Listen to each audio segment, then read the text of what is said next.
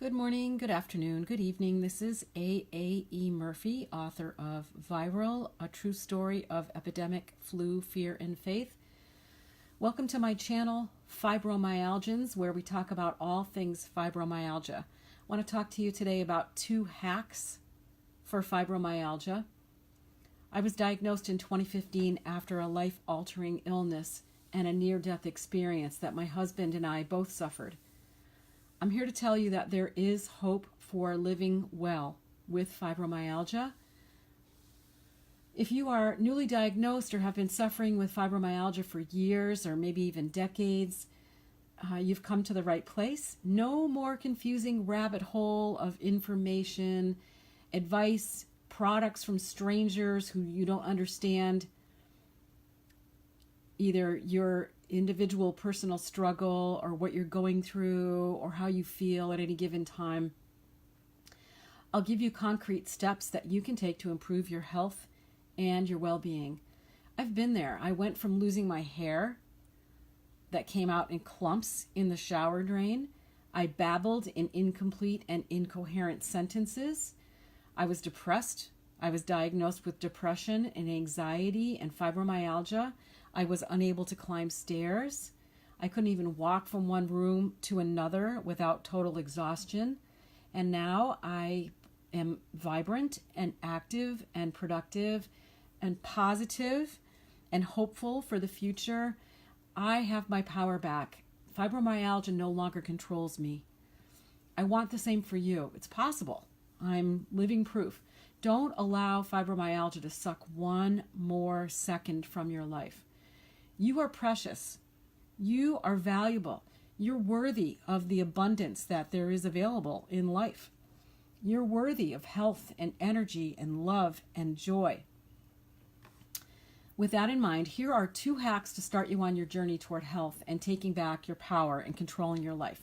Hack number 1, change your mind to change your mind. The brain is the central processing unit for the body. The brain responds to your thoughts as if they were reality. If we perceive fear, our brain reacts. If we think there's a monster hiding under our bed, which is our perception and our fear and our imagination, it triggers the same response as if there was a monster. Our heart races, maybe we get sweaty palms, can't go to sleep. Was there really a monster under your bed? Our fear starts the snowball rolling down the hill. We can't sleep. We're tired the next day. We don't function as well. We're cranky. We might say things we don't mean. We might think negative thoughts, see negative. We don't even have the energy to do what has to be done, and so on. Scientifically, this is proven. With animals especially. I used to live in Hawaii, and I volunteered to babysit critically endangered Hawaiian monk seals while they hauled out or rested on the beach.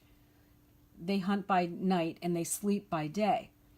Monk seals who are disturbed while resting during the day on the beach have diminished capacity to hunt for food and escape prey. This is proven.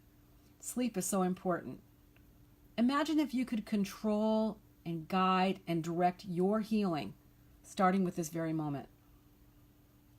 You just did. You just did it. The shortest distance between health and illness is the space between your brain and your mind. Many of us don't take those short steps between our brain and our mind. We have been programmed to see the negative in so many things, to use our monkey mind, always acting out of self-protection. We can make a choice to see things differently. We can choose to see the good. It's out there. It's everywhere. It's just that we've been conditioned with punishment, right? I don't know about you, but I wondered when I was first diagnosed what I did to earn fibromyalgia. Like it was my fault, right? Something deep inside of me was trying to tell me something. But at the time, when I was diagnosed, I was just feeling so rotten. And of course, my default personality is to blame myself, right? What can I do better? What did I do wrong? Fibromyalgia is not your fault, really, but we can control how we live with it. It might be a little bit of our fault, but I don't want to go there right now. All I want to do is say that someone else's view of us is not really the truth.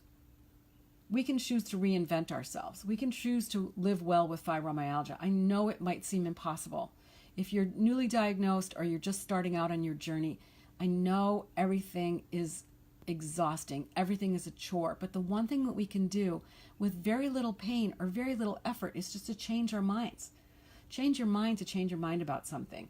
We literally change and alter ourselves on a cellular level with our thoughts. This is also proven.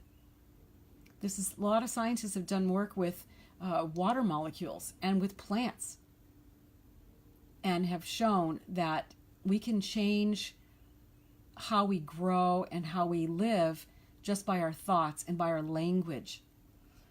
We see the world through our own lens. It's time to change the camera, guys.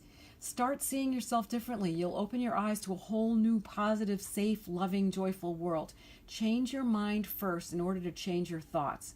Your view, your mind. The body's an amazing storehouse of healing. The body has everything it needs to heal itself, to build new cells, new neural pathways, to scab over wounds, regenerate. Our minds hold the keys to the brain, which turns on or off depending on our thoughts. Give your body a chance to repair itself. Choose to change your mind about one thing today. Lie to yourself if you have to. Tell yourself you're going to accomplish something that in the past was too difficult. Tell yourself you're going to walk 10 steps further than you have in the past, even yesterday, if that's what your challenge is. Tell yourself you're going to accomplish one task that even yesterday you couldn't do. Some of us can't even get out of bed. I understand that. I choose to lie to myself every morning. I make a list of everything I'm going to do for the day before I even get out of bed. I prioritize. I started small. I used walking as an example for me because whenever I walked, it felt as if both feet were 1,000 broken bones. And I know you know what that feels like. I started walking slowly. I walked with my dog just to the end of the street and back. I progressed to twice a day. Then it was 3 times a day. Then I walked to the next light pole, and then the next. Each step and each success built on the last and made me eager to continue to go further. Once you do it and you feel good about it, you're like, oh, okay, well, I struggled through that, and it was awful, but I did it, right? I ignored the pain, and I said, nope, fibromyalgia, you are not going to take another day from me. You have taken enough from my life. I am the boss of me. I decide how far I walk. I may even try to jog again. And I did. It was a while. It was quite a while. It was months. Broken feet and all. And I can still do that. I have my good days and my bad days. But sometimes I can even walk my dog 3 times a day and jog sometimes in between walking. Fibromyalgia is neurological. Our pain receptors are messed up. We perceive pain even when there is none, even when there's no reason for us to have pain. How else do you explain how it feels when someone presses on your skin and there's no wound or no bruise, and yet we still feel pain? We can change our minds to ignore the pain and push through it to accomplish small things first. We can turn the ship around. Change your mind to change your mind about how you see things. I promise you, you can accomplish things. Small things first. Hack number 2, love yourself first and unconditionally. Yep, I said it. Be selfish. Be selfish for now. It might feel selfish. That's okay. Think about yourself first. Nurture yourself first. Pay yourself first. Treat yourself kindly first. Reach back into your memories. Think about when you were 5 years old. All right? Do you have a picture of yourself when you were 5? Okay, love that child. Do that. We can't truly love ourselves unless we know and love We can't really love others unless we know and love ourselves first. Let negativity go. Let the old memories go. Let it go. Every being experiences joy and suffering. Humans have the gift of choice. We can choose to feel sorry for ourselves, or we can choose to love and honor ourselves enough to lift ourselves out of sadness, out of fear. This is also based in science.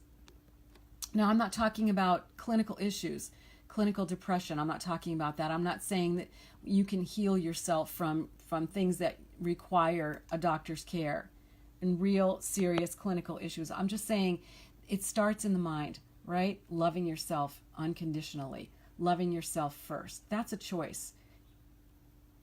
Great ones understood this. It's essential to know that we can't be sad enough for the whole world's sadness. We can't fix everybody. We can't save everybody. We can't save everything. I am a classic example. I volunteered countless thousands and thousands of hours. Since 2003, I volunteered for 2 organizations that took up probably more time than a full-time job while trying to work a full-time job. This is a tough one. It's like staring at ourselves in the mirror. Yikes! Scary, right? We see every flaw. If we look too closely, zoom out, guys. Zoom out and the picture becomes more acceptable. This means we recognize our part in the illness. We accept it. We own it. We forgive ourselves. I'm not saying you brought fibromyalgia on all by yourself. I'm not trying to make you feel guilty. I'm trying to say we have a part in our own healing. We need to own that, okay? We need to get out of the victim mentality and own our healing. We're here to learn and to have joy. That's a puzzle, because in order for us to appreciate the joy, we have to understand sorrow, right? So have we not seen enough sorrow? It's okay that we're not okay. Who's perfect? We're all on a sacred journey back to ourselves. It's time to come home to ourselves. Love yourself first. You can't pour from an empty pitcher. You can't drink from an empty cup. Just stop doing whatever you're doing and thinking about other people first. We have to take care of ourselves. It's up to us. Who can care for us? If you're fortunate enough to have a spouse, can your spouse do everything for you? No, they cannot. Your spouse has to live their life too, right? We can't rely on other people. Yes, it's good to get comfort from other people and to sympathize with each other here on these channels in YouTube, on Facebook and social media, on the internet. It's okay to sympathize with one another, but really the work is within ourselves, within our minds. Love yourself unconditionally. Treat yourself well. I hope that these 2 hacks have brought you a new way of thinking today. I am here regularly on the channel called Fibromyalgians. I also have a Facebook page, Viral, A True Story of Epidemic Flu, Fear, and Faith. I hope you check out the book. I hope you subscribe to my channel. Thank you for listening. I am so sorry that you're going through what you're going through, but I know that things can get better for you. Sending love and light to you today.